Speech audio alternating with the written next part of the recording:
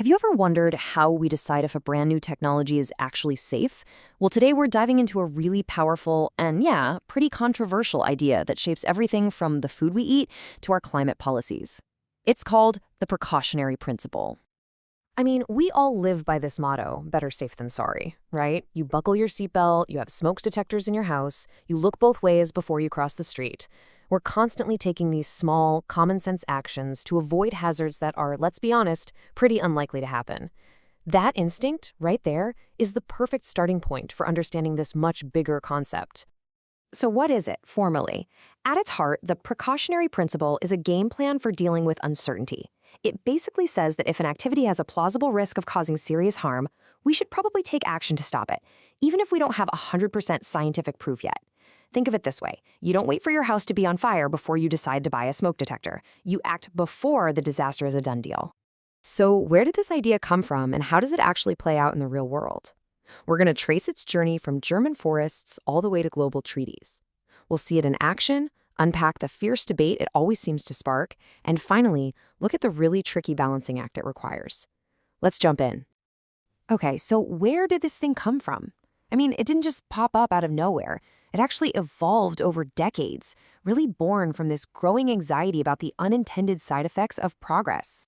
You can trace its roots back to 1970s Germany with this really interesting concept called Vorsorge principle. It translates to something like the foresight principle. It was their proactive way of dealing with huge environmental problems like acid rain and dying forests. Then, thinkers like Hans Jonas gave it a philosophical backbone, arguing that our modern tech demands a whole new kind of responsibility for the future. By 1992, the Rio Earth Summit put the precautionary approach on the world stage, and by the year 2000, the European Union had made it a core part of its laws. So that's the history, but how does this principle actually change things on the ground? Well, its biggest punch comes from one single fundamental shift. It's all about shifting the burden of proof. And you'll hear this idea pop up in debates about all sorts of stuff. We're talking huge things like global warming and the safety of GMOs, but also the potential long-term effects of nanotechnology or even cell phone radiation. It really gets applied in any field where innovation is moving faster than our ability to be totally certain about the consequences. And this is where you see just how radical it is. Traditionally, the way we did things was that the public, or maybe a regulator, had to prove that something was harmful, innocent until proven guilty. Well, the precautionary principle completely flips that on its head. It says the burden of proof is on the innovator, the company making the new chemical or the new tech, to prove that it is not harmful. In essence, that new thing is treated as guilty until proven innocent. But, of course, it gets more complicated. See, not all precaution is the same. And the difference between its weak and strong forms, well, that's at the heart of just about every single argument about it. Okay, so weak precaution is kind of like a yellow light.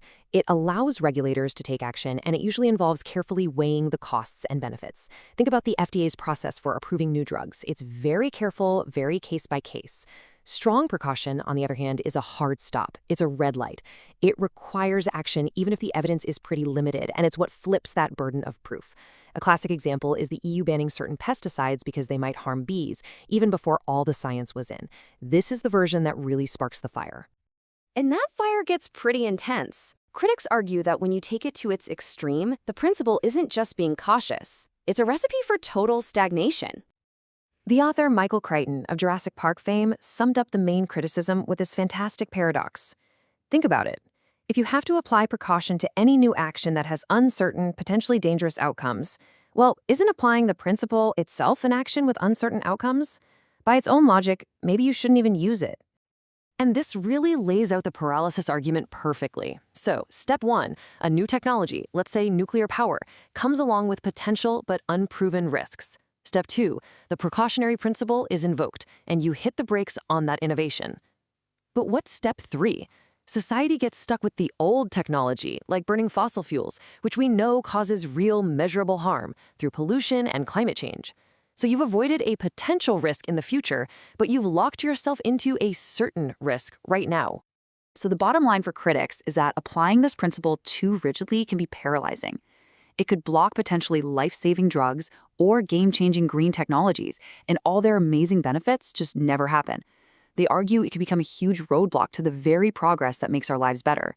So, what is it? A vital safeguard or a dangerous roadblock? The truth is, putting this into practice requires this constant, really difficult balancing act. It's not some simple rule you can just follow. It's a tool, and you have to use it with a ton of care.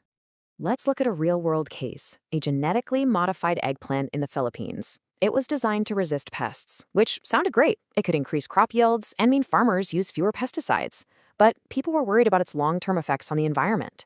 So in 2013, a court sided with caution and stopped the trials. But after years of legal battles and a lot more research, that decision was actually reversed. This whole back and forth isn't just courtroom drama.